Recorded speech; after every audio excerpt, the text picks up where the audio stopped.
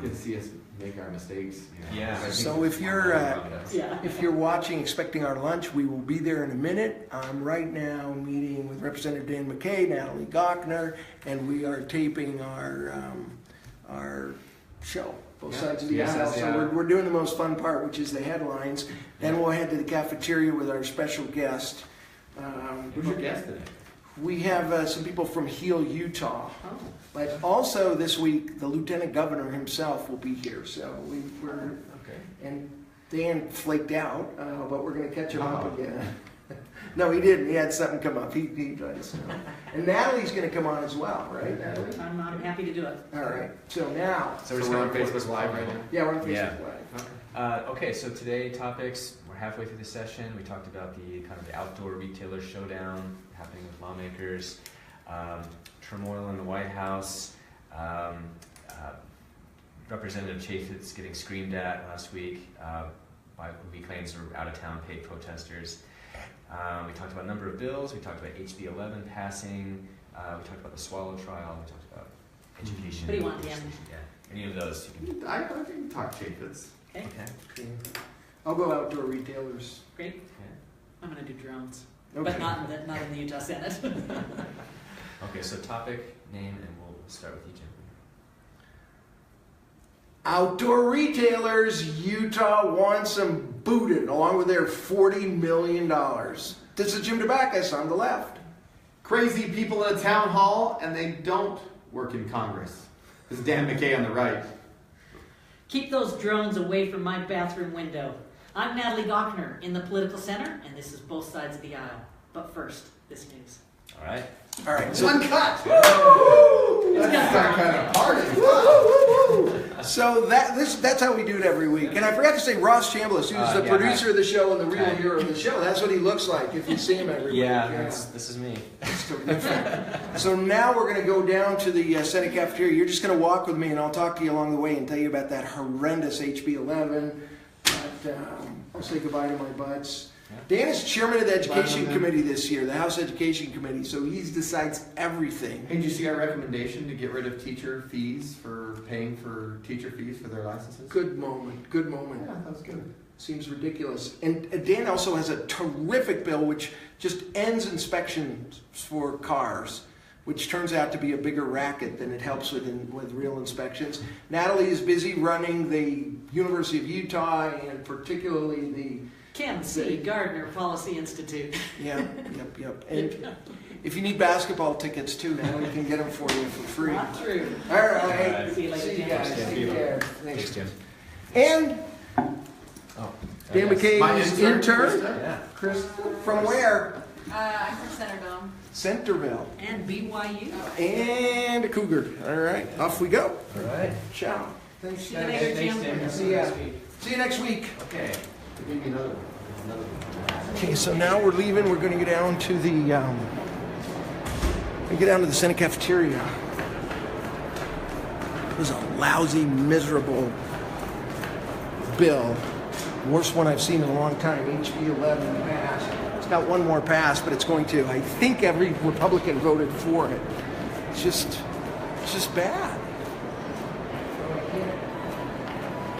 Can't exactly.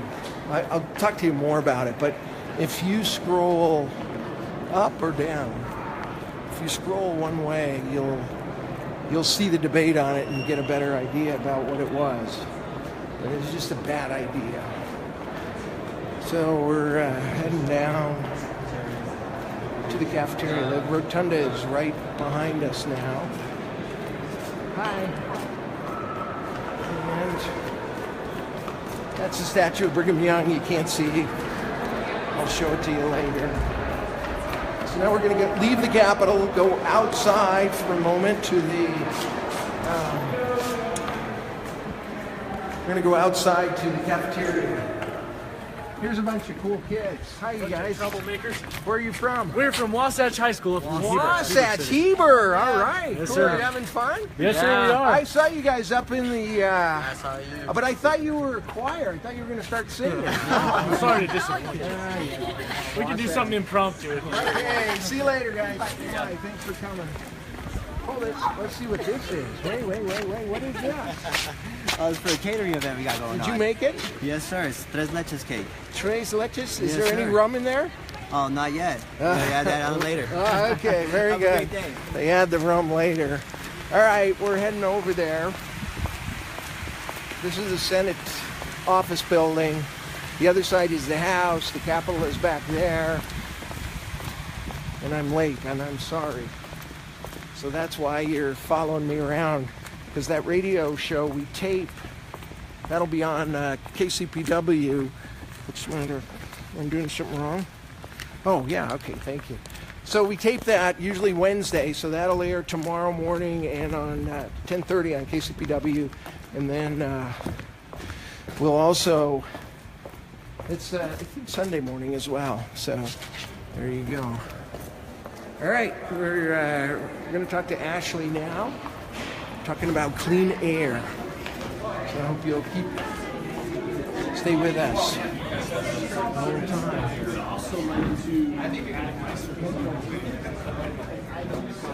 Right. Sorry, Ashley, stay there. I'll be fine. Just got waylaid a little bit. Oh, no worries. It's great to see you. Great seeing you. Thanks so much for coming. Yeah, thanks for having me. They warned you not to eat the sandwich, right? Oh, well, I wasn't told, but I'm vegan, so I can't eat it anyway. Yeah, well, we've had these sandwiches since the first show, so they're not all that good. That makes sense. Well, how have you been? Very good. We're more than halfway now, right? Yeah, finally over the hump, so only a few weeks to go. So are you optimistic, pessimistic? Do you see good things happening? Do you see bad things? There have been definitely some downsides to this session already. We've Pull in just a little bit. Okay. So we've seen some of the good ones, I guess. HB 134 is a mission. Did I say you're with Heal Utah? Oh, I am with That's Heal really Utah. important because I know Ashley and I know where she's from. You may not know Heal Utah, which is a terrific, amazing clean air organization. I love what you guys do, and I have. And you're, I, in my opinion, and you can correct me, you're the air quality group with the most compunction.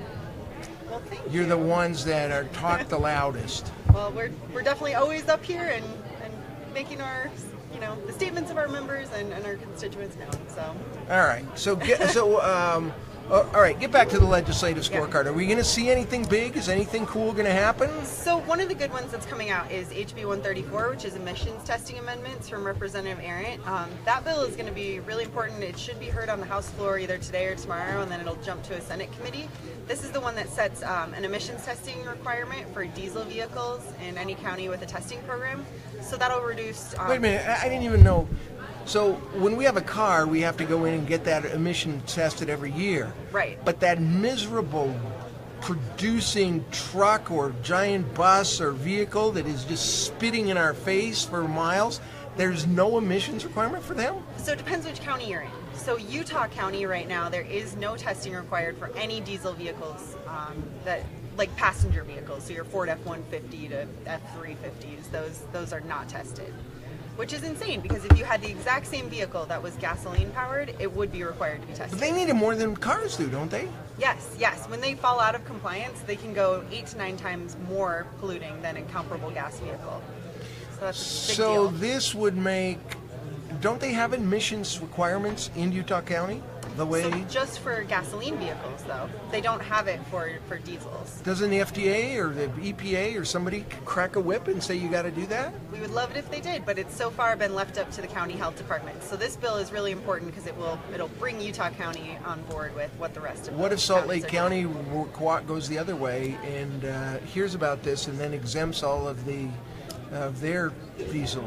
Well, Salt Lake County is already doing this testing. They're actually doing more stringent testing than we're even prescribing in the bill. So Salt Lake is good. Davis is even. So this more is aimed stringent. at one county? Basically, yeah. And how does the Utah County delegation feel? So we've gotten a lot of support from Utah County. We've got the Provo Mayor's Office, Provo City Council, Orem City Council. We're looking to get the school board involved. So a lot of support coming from that got a area. shot at this. Yeah. So that's the lone bright spot, it feels like, of the session. But we are getting some pushback from county commissioners. What are they saying? Hey, this is our freedom. to Well, pollute with diesel. Right. So, or- okay, let's or talk about I own a that. diesel, So if you live in Utah County, first scroll to us right now. We're going to start reading comments. If you live in Utah County, you need to call your county commissioners because you understand that what's happening here? They are against regulations for dirty diesel. Yeah. How could anybody be against that? 4 out of 5 counties are already doing this. They're the lone county that is not on board. So, and there's over 20,000 vehicles in that county alone that are not currently being tested at all. Is there a law that requires that ugly diesel stuff to stay in Utah County? No. I mean, it floats over to our air shed. They can drive into our air shed. So Maybe it we need affects an all of us. inspection sticker at the point of the mountain. You know, you can't come in. It's tough to enforce. All right. So Ashley is the policy director for Heal Utah. We're talking about healthy air. And Timothy's back. He's been gone a couple days. He's on the other side of the camera. He's got 2 pieces of pizza. So, what do you want me to do? Oh. You're not going to get live comments. Okay, so go ahead and... Oh, right here, right? Okay, so we're going to take some comments now. If you've got a comment, question, opinion for Ashley or Clean Air, this is the person. Okay, what bill are you talking about? What specific bill? So it's HB 134, emissions testing amendments from Representative Aaron. HB 134. Yes. That's Michelle Caldage. And Steve Gardner. You said something nasty about me. All right, My World, just thank you for allowing us to get informed every day. Tracy Brewer, Randy Jackson, HB 11, that's horrible. We'll talk about that a little bit. Maybe. Yeah, that's an important one that just underwent some changes. It was horrendous, and it just passed the Senate. Right. On the first reading there. Right. Well, and they reverted back to a version that included the Public Service Commission, Air Quality Board, Water Quality Board, Are you Drinking sure? Water Board. That's what I had heard. I don't think so. I think they didn't. The second sub? Yeah, she didn't run the second sub. So, okay. I think. That's good at least. Okay, so Kip Taylor asks Ashley, is there such a wood-burning stove that burns clean enough to burn on a mandatory no-burn day in Salt Lake? I don't believe so, no. So- There are EPA certified stoves, but there are issues with those, and they still give off more, in terms of heat generation and in terms of pollution than an average stove would, a natural gas fire. So the answer is no. How bad, how prominent a part of the air pollution along the Wasatch Front are wood-burning stoves? Is it a big deal or not really? So it kind of depends. So when they look at the air filters from those days, they do show that wood-burning smoke is one of the big contributors, and it just depends on which monitor you're looking at, which day you're talking about, whether it's for comfort heating or cooking, or there's a lot of factors that go into it. But the take-home point is that it is a significant source of pollution. 2%? I don't have the 5%? exact figures. The last I had 8%? heard was between 4 and 5%.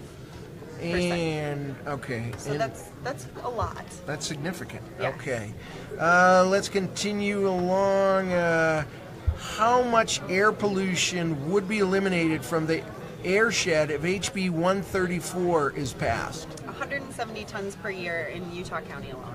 And what is HB 134? That's the emissions testing amendments Are one. you kidding me? Did you get that? So- 170 tons. By requiring those diesels to get inspected, just like every other car, Yep. it would eliminate how much? 170 tons per year.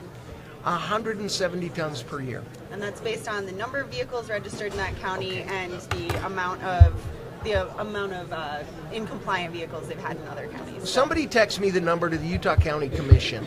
I mean, this is crazy. They're fighting, we need our freedom.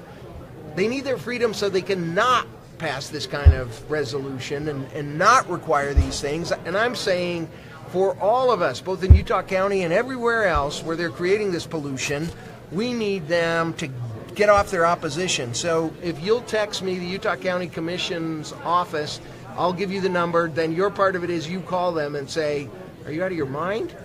You got to be for this. It's a really important bill, and we're hopeful that it'll go through.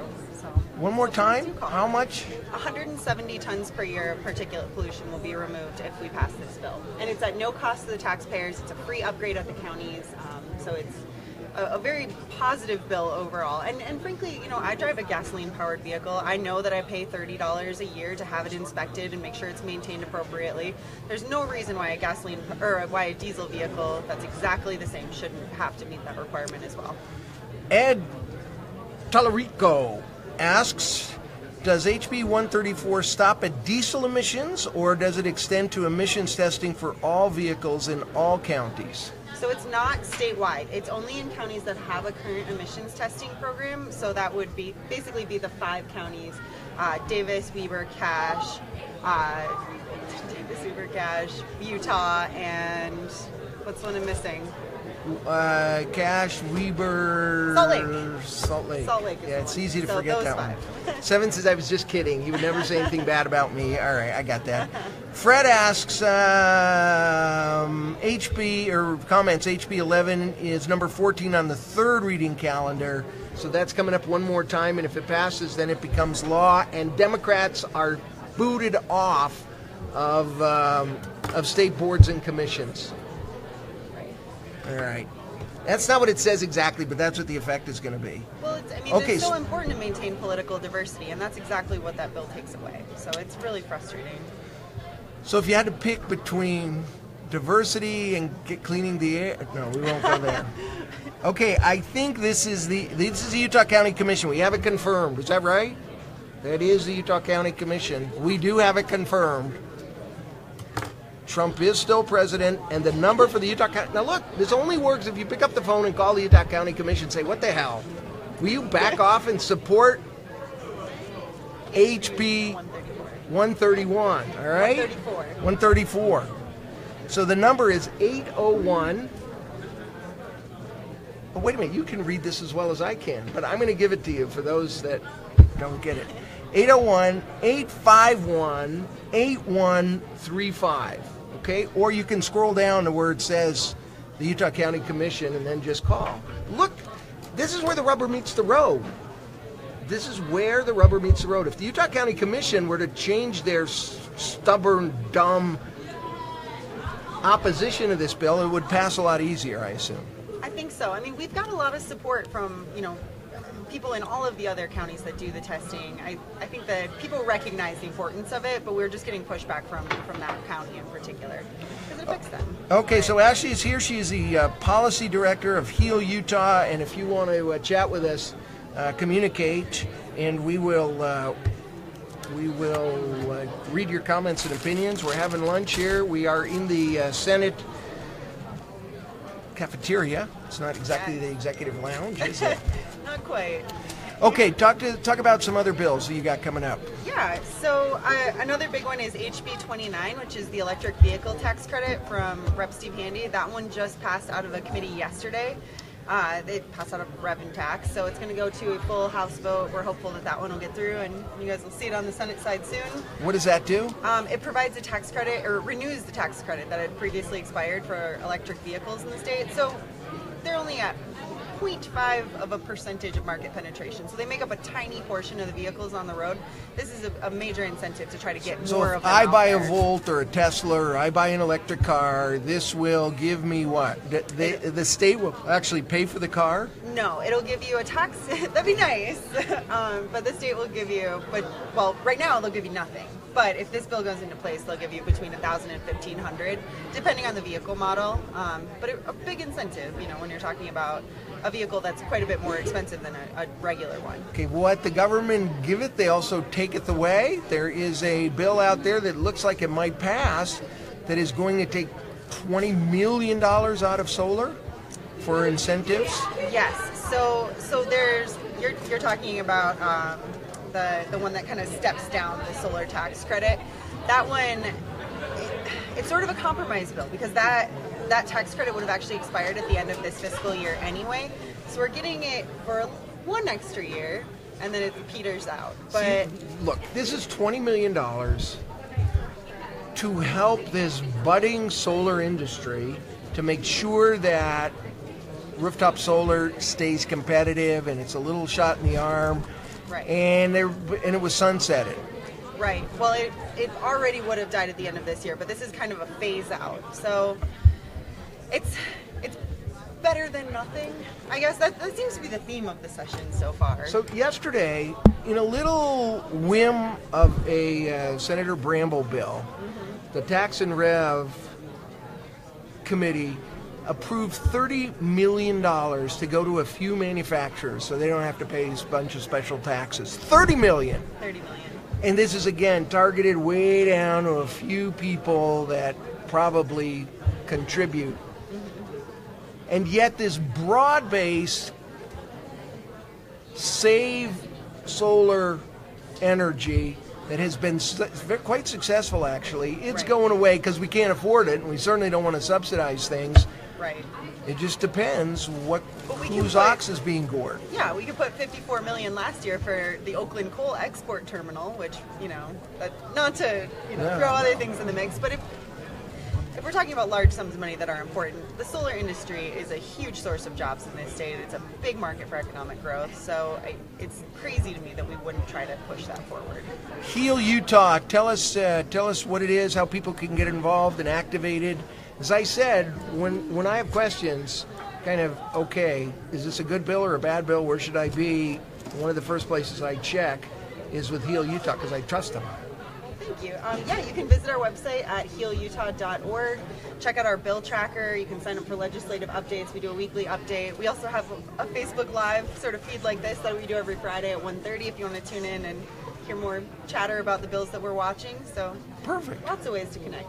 And that is, I have a bill tracker at home, but if you don't have enough money at the end of the day, that doesn't matter if you're tracking the bills or not because you can't pay them anyways. It's true. All right, so let's give the Utah County Commissioner's number one more time. Look, I'm serious. If you do not call them, it could affect our relationship. This is the moment. We're in the legislative session, an incredibly important bill that will keep how many tons? 170. 170 tons a year of goop out of Utah County air, blowing across the Salt Lake and Summit County, and you got to make a phone call and talk to those county commissioners and say, drop your opposition. So here's the number, or you can look at it if you want to cheat. That number is 801-851-8135. Derek Bradshaw, one more question. Solar and electric cars are the future. Fossil fuels are going away, but they will kill us as they are depleted. Is that true? They will kill us as they are depleted. Fossil fuels will kill us as Yeah. In other words, as we're making this transition, if we don't make it fast, it's going to be consequences. We definitely need to make it faster. I mean, that is absolutely true. So we're not transitioning to renewables as fast as we should be, and that's in part because we're not incentivizing them as much as we've incentivized fossil fuel-driven industries, and so that's why we need an electric vehicle tax credit and a solar tax credit, which are two major issues that are coming up right now. We're also fighting with SB 154, the solar access amendments. HOAs are trying to even restrict people's ability to put solar on their roof. So yes, we've got a ton of roadblocks in place for implementing more renewable energy faster, and that's a problem. We absolutely need to do it more. Ashley, you've been good. I think you got a future in this. Thank you. It's been a pleasure. Have a bite of your ham sandwich. Meanwhile, we will be back, and we'll break right in with a Facebook Live if they come up with some other harebrained thing like we just did on SB 11. So if they scroll up or down on Senator Jim Dabakis to see that debate on HB 11, it will be scrolled down, right? Scroll up. Scroll down the thing. Anyway, that's what's happening. We'll be back for sure tomorrow at 1, but if not sure, if something big happens, we're going to be there, right? Facebook Living it. So thanks for watching, Ashley. Thank you very much. It's been a pleasure. It's nice to see you. Bye-bye.